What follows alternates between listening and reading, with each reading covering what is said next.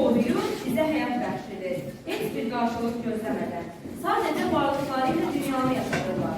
Bəs biz onlara eyni mərhəmətlə cavab veririk ki, onların bu sonsuz sevgisinə eyni hörmətlə yanaşırıq. Təəssüf deyil. Bu cüzün seçimliyi dünyamızın ən yaralı yeridir. Və bu problemin yeganə səbəbkarı biz insanlarıq. Biz o şəffaf suları sivil poligonuna çevirdik. Balıqların yuvasını plastik məzarlığına döndərdik. Hər il okeanlara milyonlarla ton tullantı əslində təbiətin deyil, bizim öz vicdanımızın rəfəsidir. Bizi həyat verən bu ana vicdanını öz əllərimizlə zəhərləyik. Unutmayaq ki, okeanları dolmaq gələcəyimizi dolmaqdır.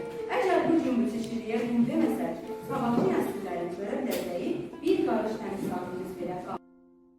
Dünya nəfəssiz qalmasın.